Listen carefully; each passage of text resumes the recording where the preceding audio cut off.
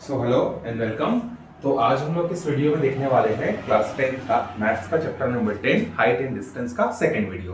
तो इसके पहले वाले वीडियो में मैंने आपको इसका इंट्रो बता दिया था कि किस तरीके से पहले जो है ट्रिग्नोमेट्री का यूज करके बड़े बड़े बिल्डिंग्स, टावर्स, माउंटेन्स की हाइट को जो है मेजर किया जाता था और किस तरीके से जो है उस समय जो है टेक्नोलॉजी की कमी के कारण भी बहुत सारी चीजें जो है की जाती थी।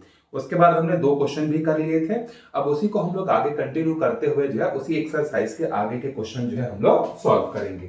सो हम लोग स्टार्ट करते हैं थर्ड क्वेश्चन पे। देखिए तीसरे नंबर का क्वेश्चन क्या बोल रहा है। देखिए a kite is flying at a height of 60 metre above the ground.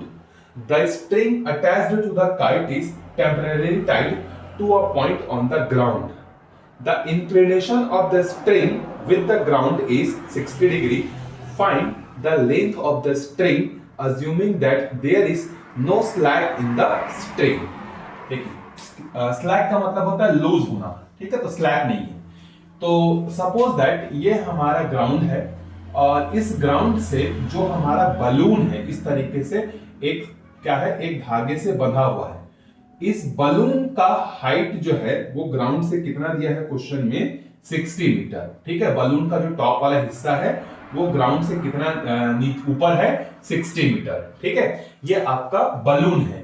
लेकिन ये जो बलून है ना, ये एक रस्सी से बंधा हुआ है और वो रस्सी जो है इस तरीके से बंधा हुआ है। मतलब आप समझ लीजिए, मतलब अगर आपको इमेजिन कराना चाहूं तो ये इस तरीके से है। यहां पर एक रस्सी है, एक रस्सी से ये बलून बंधा हुआ है और यहां पर उड़ रहा है। बलून की ग्राउंड से जो हाइट है, ये हाइट हमारी कितनी है, 60 मीटर है। जबकि ये पतंग बंधा हुआ है किससे, ये वाले स्ट्रिंग से। और क्वेश्चन में बोला गया है कि ये जो स्ट्रिंग है ना, ये टाइट है, ऐसा नहीं कि लूज है। तो यहां पर जो है आप इसको मानकर चलेंगे कि ये कैसा है, स्लैक नहीं है, ये टाइट है आपका। ठीक है, और क्वेश्चन में एक और चीज बोला हुआ है कि इसका जो एंगल ऑफ इंक्लिनेशन है, ठीक है, मतलब अगर हम लोग यहां से देखें बलून के टॉप को तो हमारा एंगल ऑफ इंक्लिनेशन कितना है, 60 डिग्री है। सो लेट्स से बलून जो है उसको हम लोग एक पॉइंट की तरह ए अज्यूम कर लेते हैं और जो ग्राउंड से हाइट है वो आपका ए बी है और जिस पॉइंट पर स्ट्रिंग जो है बंधा हुआ है वो पॉइंट हमारा सी है। सो हमारे पास एक राइट एंगल ट्रायंगल बन गया, क्योंकि बलून का वर्टिकल हाइट हमें पता है कि जमीन से वो 60 मीटर अबव है। वर्टिकल मतलब 90 degree. So ABC is the right angle triangle. ठीक, अब ये राइट एंगल ट्रायंगल जो है फॉर्म हो गया है। अब हमें क्या करना है, स्ट्रिंग का जो लेंथ है वो हमें फाइंड करना है। स्ट्रिंग का लेंथ अगर मैं इस ट्रायंगल के टर्म्स में अगर बोलूं तो हमें एसी जो है क्या करना है, फाइंड करना है। ठीक है, तो एसी कैसे फाइंड करेंगे, so in triangle ABC AC is the length of string। अब राइट एंगल ट्रायंगल में हमें एक एंगल पता है और हमें एक साइड पता है। साइड मतलब परपेंडिकुलर पता है। तो अब याद करो, अगर एक ट्रायंगल है हमारे पास जिसमें एक एंगल मालूम है और एक हाइट मालूम है जो कि परपेंडिकुलर है और हमें हाइपोटेनियस फाइंड करना है। सो हाइपोटेनियस और परपेंडिकुलर इन दोनों को कनेक्ट करने वाला कौन है, तो आंसर है sine theta. So since sine, अगर एंगल थीटा है हमारा तो sine theta is equal to क्या होता है, परपेंडिकुलर अपॉन हाइपोटेनियस। ठीक है, अब थीटा की जगह कितना रखेंगे, 60 डिग्री, तो ये हो जाएगा हमारा साइन 60 और परपेंडिकुलर कितना है हमारा ए बी और हमारा हाइपोटेनियस कितना है, ए सी। सो साइन 60 की जो वैल्यू होती है वो होती है √3 अपॉन में 2 और ए बी की जो वैल्यू है वो कितनी है, 60 और ए सी की वैल्यू तो हमें फाइंड करनी है। अब अगर हम क्रॉस मल्टीप्लाई करते हैं so √3 into A C is equal to 60 into 2। So 60 into 2 जब करेंगे तो कितना हो जाएगा, 120। ये √3 जो इसको इंटू कर रहा है यहां जाकर उसको क्या करेगा, डिवाइड करेगा। सो 120 अपॉन में √3। अब √3 का रेशनलाइजेशन करेंगे तो √3 का इंटू √3 का डिवीजन, तो ये हो जाएगा 120 √3 और √3 इंटू हो जाएगा 3, तो 3 1 जा 3 40 जा, तो यहां से हमें कितना मिल गया, 40 √3 मीटर। सो स्ट्रिंग का जो लेंथ है जिस पर जो हमारा बलून बंधा हुआ है उसका जो लेंथ है वो 40 √3 है। ये हो गया हमारा आंसर। ठीक है, चलिए अब आगे बढ़ते हैं। हम लोग चौथे क्वेश्चन पे। ठीक है, सो चौथे नंबर का क्वेश्चन है, देखिए the angle of elevation of a top of a building from a foot of a tower is 30 degree. मतलब यहां पर दो चीजों की बात हो रही है, एक तो टावर की और दूसरा क्या है, एक बिल्डिंग की। तो हम लोग दो पिक्चर बनाएंगे। ठीक है, सपोज दैट ये हमारा ग्राउंड है और मान लेते हैं कि ये हमारा टावर है। इस साइड जो है हमारा क्या है, टावर है, और इस साइड हम लोग मान लेते हैं कि हमारा क्या है, बिल्डिंग है। ठीक है, वो टावर हो गया और दूसरे साइड क्या हो गया, हमारा बिल्डिंग हो गया। ठीक, अब देखिए क्वेश्चन में क्या बोल रहा है, the angle of elevation of a top of a building, building का जो टॉप है, ठीक है, उसका angle of elevation from the foot of the tower, tower के फुट से अगर हम लोग बिल्डिंग के टॉप को खड़े होकर देखते हैं तो जो हमारा एंगल ऑफ एलिवेशन बनता है वो कितना है, 30 डिग्री। मतलब क्या है, एक बिल्डिंग है, एक टावर है, टावर के नीचे में खड़े होकर जब बिल्डिंग के टॉप को हम लोग ऐसे देखते हैं तो एंगल ऑफ एलिवेशन कितना बनता है, 30 डिग्री। ठीक है, and the angle of elevation of the top of the tower from the foot of the building. अब दूसरी बार हम लोग कहां पर खड़े हैं, इस बिल्डिंग के फुट पर खड़े हैं और टावर के टॉप को देख रहे हैं इस तरीके से। ठीक है, तो जो एंगल ऑफ एलिवेशन बन रहा है वो हमारा कितना है, 60 डिग्री है। ये दो एंगल्स हमें मालूम हो गए। If the building is 15 metre high, अब जो बिल्डिंग है, बिल्डिंग की जो हाइट है वो कितनी है, 15 मीटर है।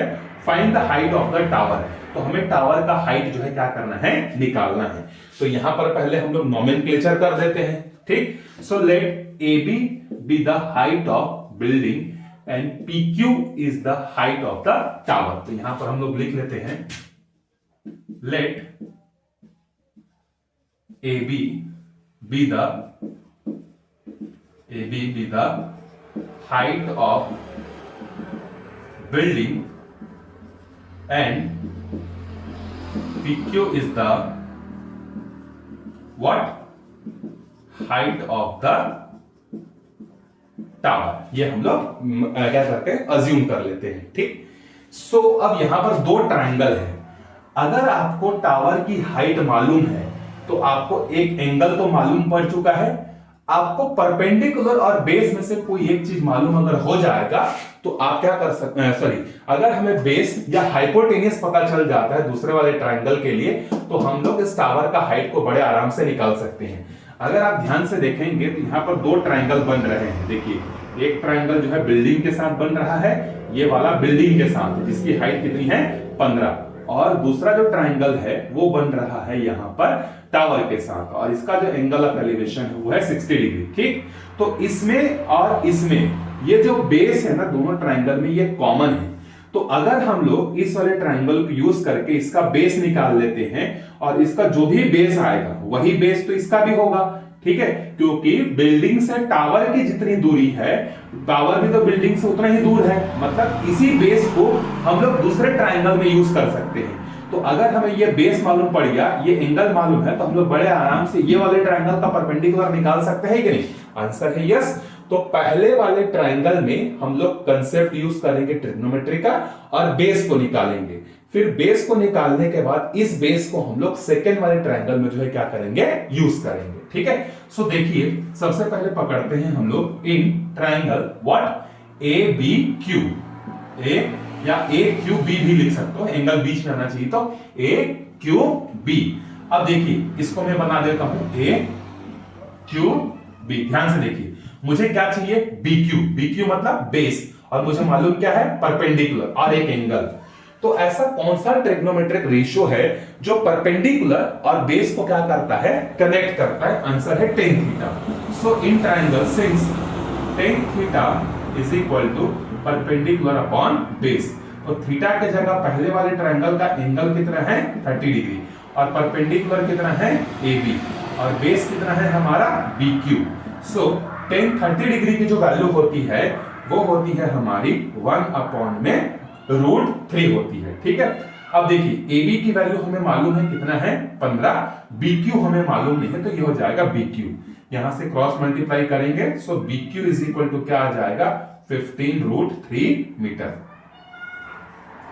ठीक है, सो BQ हमें कितना मिल गया, 15√3 मीटर जो है मिल गया।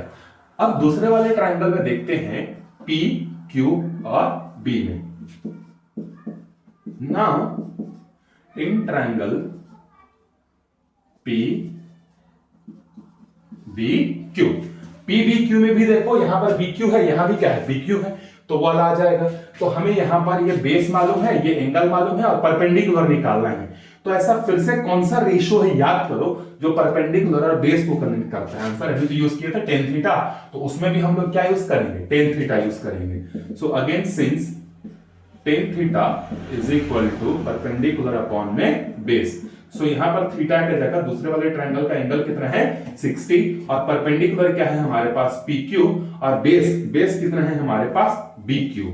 तो एक काम करते हैं tan 60 डिग्री की वैल्यू होती है √3 और PQ को हमें चाहिए, BQ की वैल्यू हमारे पास कितनी है 15 √3, ये इसके साथ इंटू हो जाएगा, तो हो जाएगा 15 √3 इंटू में √3 इज इक्वल टू PQ, √3 हो जाएगा 3 और 15 3 जा 45। सो जो टावर है, टावर का जो हाइट है वो कितना है 45 मीटर है। ठीक, तो हमने क्या किया, उस तरीके का एक रफ पिक्चर बनाया, उसको हमने स्प्लिट किया, दो ट्रायंगल मिले।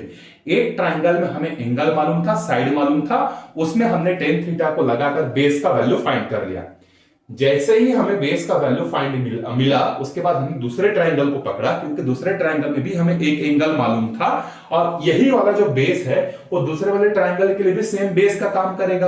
तो हमने इसके बेस को यूज करते हुए फिर से वहां पर 1060 डिग्री की वैल्यू लगाई और वहां पर हमें परपेंडिकुलर मिला। तो टावर का जो हाइट है वो कितना मिला हमें 45 मीटर। कैलकुलेशन करने के बाद जो है हमें यहां पर मिल गया।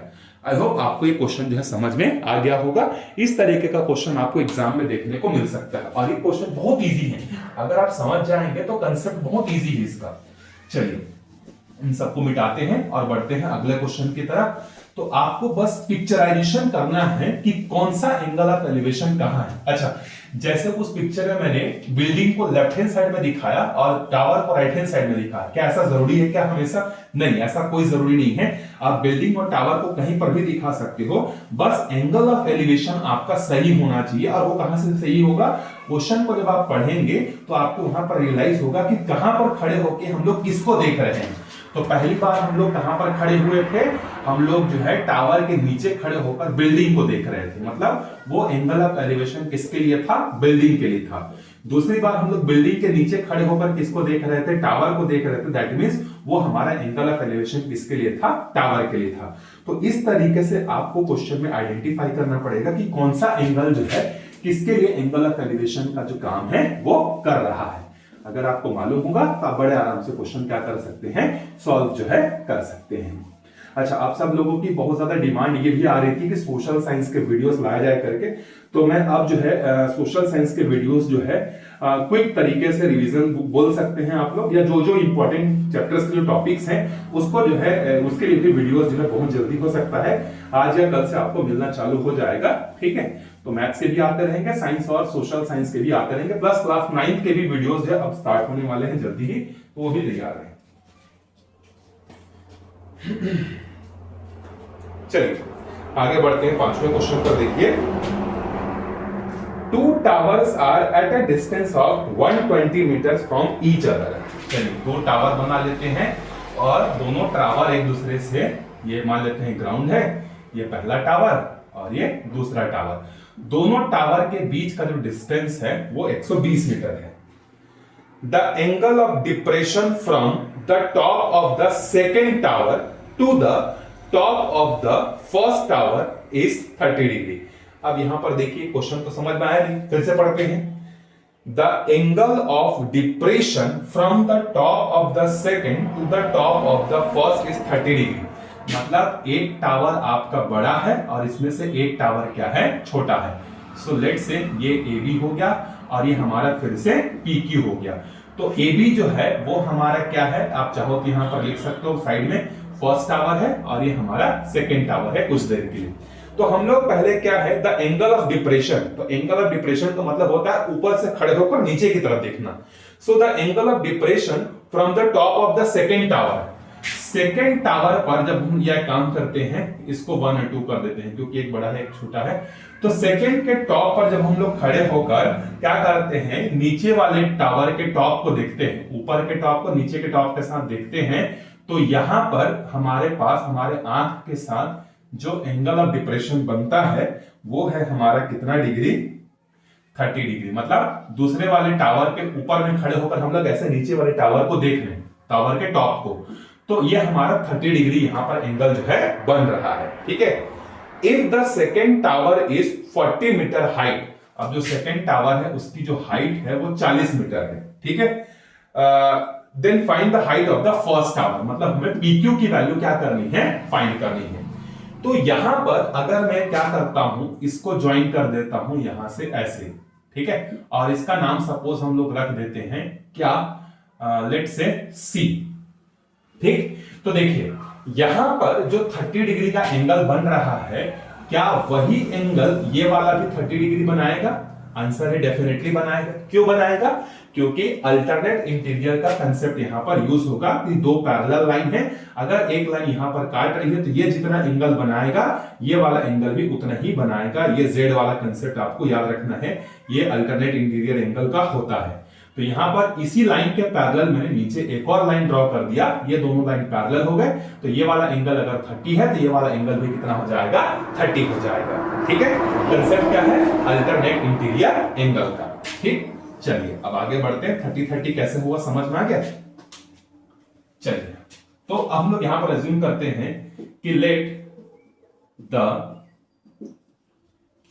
Height of the first tower, height of the first tower is x metre. ये जो हमारा है फर्स्ट टावर, उसकी हाइट कितनी है, x मीटर। ठीक, तो अब देखिए अगर PQ x है तो BC भी कितना होना चाहिए, x होना चाहिए, क्योंकि ये क्या है, एक PCBQ क्या है, एक ट्रायंगल रेक्टेंगल है, तो रेक्टेंगल का अपोजिट साइड्स इक्वल होते हैं ना, तो ये हमारा x हो जाएगा। और ये टोटल हाइट कितना दिया है हमें, 40 दिया हुआ है। तो ये जो बचा हुआ हाइट है AC वो कितना होगा, तो टोटल 40 है, उसमें से x को गायब कर देंगे, मतलब ये बचेगा 40 माइनस x। सो हमारे पास AC जो मिलेगा वो AC कितना होगा, उसका लेंथ जो होगा वो 40 माइनस x होगा। अब जमीन से परपेंडिकुलर है तो ये भी 90 डिग्री, ये भी 90 डिग्री बनेगा। ठीक है, तो अब हम लोग चालू करते हैं किसको, इन ट्रायंगल ACP। देखिए अगर नीचे का दोनों टावर के बीच का डिस्टेंस अगर 120 मीटर है तो ये P पॉइंट और C पॉइंट का डिस्टेंस भी कितना होगा, 120 मीटर ही तो होगा। ऐसा थोड़ी कि टावर ऐसे ऊपर जाते जाएंगे तो ऐसे जुड़ते जाएंगे, ऐसा तो नहीं है, दोनों सीधा खड़े हुए हैं। ठीक, तो हमारे पास एक ट्रायंगल है ACP जिसमें हमें बेस मालूम है और एक एंगल मालूम है, हमें परपेंडिकुलर निकालना है। तो फिर से कौन सा एंगल यूज करेंगे या कौन सा रेशियो यूज करेंगे, सो हम लोग फिर से यूज करेंगे tan theta. So tan theta is equal to perpendicular upon में बेस। हमने क्यों यूज किया या इसमें कंस्ट्रक्शन क्यों किया, क्योंकि हमें यही एक एंगल मालूम था और यही एक एंगल मालूम था, इसी वजह से हमें कुछ तो वैल्यू चाहिए था, इसीलिए हमने यहां पर कंस्ट्रक्शन करके यहां पर इस तरीके से डिजाइन जो है बनाया है। क्योंकि एक बार अगर हमें ये टावर का डिफरेंस पता चल जाएगा कि दोनों के टावर के हाइट में डिफरेंस कितना है, सो 40 में से उसको माइनस कर देंगे तो हमें आंसर जो है क्या हो जाएगा, मिल जाएगा। ठीक है, x की वैल्यू हमें मिल जाएगी। तो हमें सेकंड टावर का हाइट, फर्स्ट टावर का हाइट चाहिए जो कि x है। अगर हमसे ये भी क्वेश्चन पूछता कि सेकंड टावर फर्स्ट टावर से कितना ज्यादा है तो भी हम लोग निकाल सकते हैं, x को हटा देंगे 40 से तो हमें पता चल जाएगा दोनों टावर के बीच का डिफरेंस। ठीक है, तो अभी एंगल कितना है हमारे पास, 30। सो tan 30 AC की वैल्यू कितनी देखिए, 40 माइनस x, और PC कितना है हमारा 120। ठीक है, अब चलिए tan 30 डिग्री की जो वैल्यू होती है वो कितनी होती है, 1 अपॉन में √3 होती है, और ये हो जाएगा 40 माइनस x अपॉन में 120। क्रॉस मल्टीप्लाई करते हैं तो ये हो जाएगा 120 अपॉन में √3 is equal to 40 minus x। ठीक है,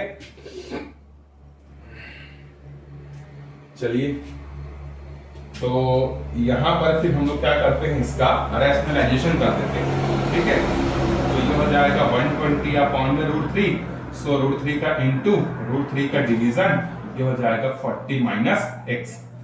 तो ऊपर वाला हो जाएगा 120√3 और नीचे वाला हो जाएगा 3, तो ये हो जाएगा 40 माइनस एक्स। सो 120√3 अपॉन में 3 is equal to 40 minus x. ये हो जाएगा मंजा और ये हो जाएगा फोरजा। ठीक है। सो नहीं कुछ मिस्टेक हुआ है, दोनों टावर के बीच का ये है, ये हो जाएगा x, तो ये हो जाएगा 40 माइनस एक्स। 40 में से x को हटा देंगे। सो ये एंगल 30 डिग्री था, तो ये भी 30 डिग्री होगा, क्योंकि यहाँ से तो ये वैल्यू माइनस में आ जाएगा ना।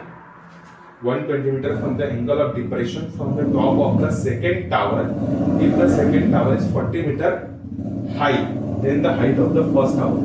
तो 40 मीटर ठीक तो है, तो ये यहाँ से कंस्ट्रक्शन किया हमने, 120 आ गया। सो परपेंडिकुलर अपॉन में बेस को कौन कनेक्ट करता है, tan थीटा तो कनेक्ट करता है। तो tan 30 की वैल्यू कितनी होती है? सो tan 30 की वैल्यू होती है 1/√3 होती है। ठीक है। सो ये हो गया, रैशनलाइजेशन किए तो हो जाएगा 40√3 और ये हो जाएगा यहाँ से x। तो ये नेगेटिव में कैसे आएगा? 40 माइनस एक्स, ये आएगा हमारा 40√3 is equal to 40 minus x. Minus x यहाँ ले आऊंगा तो प्लस एक्स हो जाएगा और ये हो जाएगा 40 माइनस √3 जो कि माइनस हो जाएगा ये। तो कहीं तो कुछ मिस्टेक हुआ है, 1 मिनट चेक कर लेते हैं। हाँ, हमने तो सारे क्वेश्चन का सॉल्यूशन सही किया हुआ है कि angle of depression is 30 degree. So ऊपर से नीचे देख रहे हैं, top of the second tower to the top of the first, then 30, तो टोटल हाइट है 40, तो नीचे वाला x है 40 minus x. So this 40 minus x upon 120, rationalisation किए तो 120√3 हो गया 40। So 40√3 is equal to 40 minus x.